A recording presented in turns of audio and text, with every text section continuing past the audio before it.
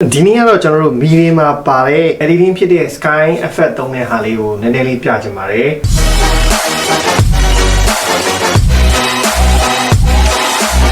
စက်ပုံအရင်ရိုက်လိုက်မယ်နော်အဲ့ပြီးရိုက်လာတဲ့ဓာတ်ပုံကို edit လုပ်ပါမယ်ပေါ့နော်လုပ်မယ်ဆိုတော့ရိုက်ထားတဲ့ပုံတွေက gallery ထဲမှာရှိတာပေါ့နော်အဲ့တော့ gallery ထဲမှာရှိတာတော့ဒါကျွန်တော်တို့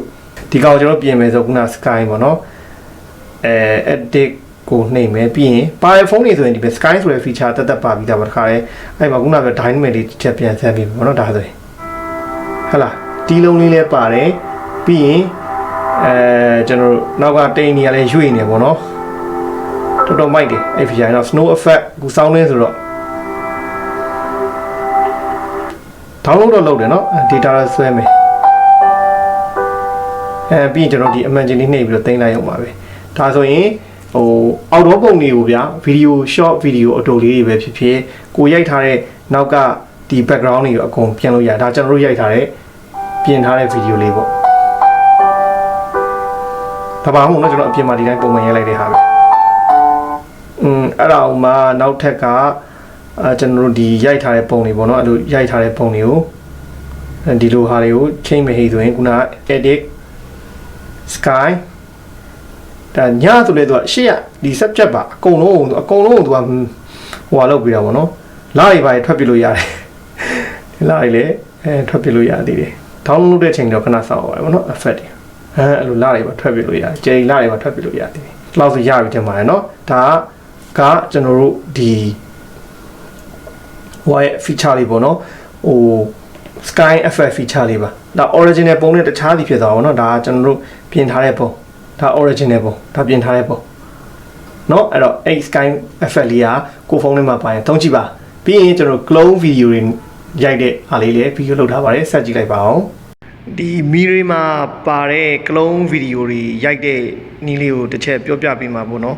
အခုနောက်ပိုင်း clone video တွေ free frame တွေကဟိုပါလာတော့အားလုံးစမ်းပစ်ချင်မှလည်းစမ်းပစ်မှာပေါ့ဒါတော့ကျွန်တော်ကအရင်တည်းကတကယ်တမ်းပါတာ K30 ထဲမှာမပါဘူး K30 ထဲမှာကအစပါပါတယ်ဒါ K30 4G ပေါ်မှာကျွန်တော်ရိုက်ပြမှာပါအဲ့တော့ဒီမဲ့မိုးတွေကိုတစ်ချက်ဝင်လိုက်ပေါ့ပြီးရင်ကျွန်တော်ဒီမဲ့ clone ဆိုတာလေးရှိရဲအဲ့တော့တစ်ချက်နေ photo ရှိရဲ video ရှိရဲ free frame ဆိုပြီးတော့ရှိရဲပေါ့ကျွန်တော်တော့အခုစပြီးရိုက်မှာ photo ရိုက်ပြပေးမှာတော့ photo ကျွန်တော်ရွေးလိုက်ပါမယ်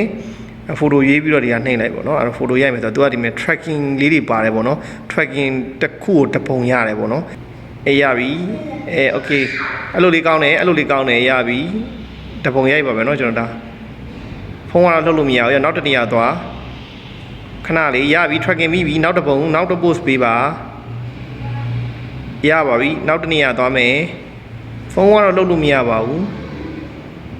နောက်တစ်ပုံရိုက်လိုက်ပါပြီဒါဆိုကျွန်တော်တို့ clone photo ရိုက်တာပြီးတော့ပါပြီပေါ့နော်ဒါဆိုရင် clone photo ရိုက်လိုက်တဲ့3ပုံထွက်လာပြီပေါ့အခုခေတ်စားနေတဲ့ TikTok မှာပါများတုံးတဲ့ဒီ free frame ရိုက်တဲ့နည်းပါအဲ့ဒါကိုကျွန်တော်ရိုက်ကြည့်အောင်ဘာမှလုပ်ရမလို့ပါဟုတ်လားဒီတိုင်းလမ်းလျှောက်သွားရုံပဲသူကသူ free frame လုပ်ပေးမှာပါ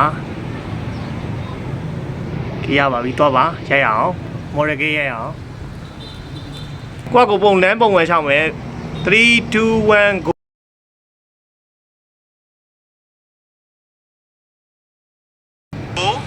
ရပါပြီအဲ့လောက်ကိုတွေ့ပါတယ်ကျွန်တော် clone video စရိုက်မယ်ပေါ့model ကတော့ model ထိုင်နေပါပြီအဲ့တော့ clone video ရိုက်မယ်ဆိုလေလွယ်ပါတယ် clone video မူတဲ့ကိုဝင်ပါမယ်ကျွန်တော် frame ကလှုပ်စရာမလိုဘူး frame မိနေပြီပေါ့နော်မိပြီဆိုတော့ကျွန်တော်ဒါ frame တစ်ခုစာရိုက်လိုက်ပါမယ်ဒါသူ post တစ်ခုပေါ့နော် yoga post တစ်ခုဟုတ်ပြီဒါ frame တစ်ခုဟိုဘက်ကိုနေရာရွေးပါမယ်ဒါ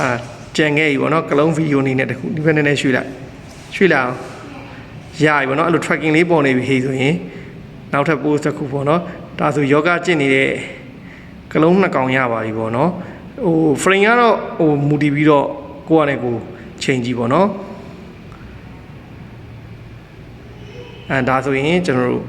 clone video ရိုက်တာပြီးပြီပေါ့နော်လွယ်ပါတယ်ဘာမှမခက်ဘူးလားကျွန်တော်တို့ရိုက်ခဲ့တဲ့ video တွေပြန်ပြပေးပါမယ်ဒါကျွန်တော်တို့ဒါ clone video ပေါ့နော် clone video မှာဆိုယောဂထိုင်နေတာ2ယောက်ရှိရပေါ့နော်ညီမ2ယောက်ယောဂထိုင်နေပါတယ်ဒီ feature က K30 4G မှာတော့ပါပါတယ်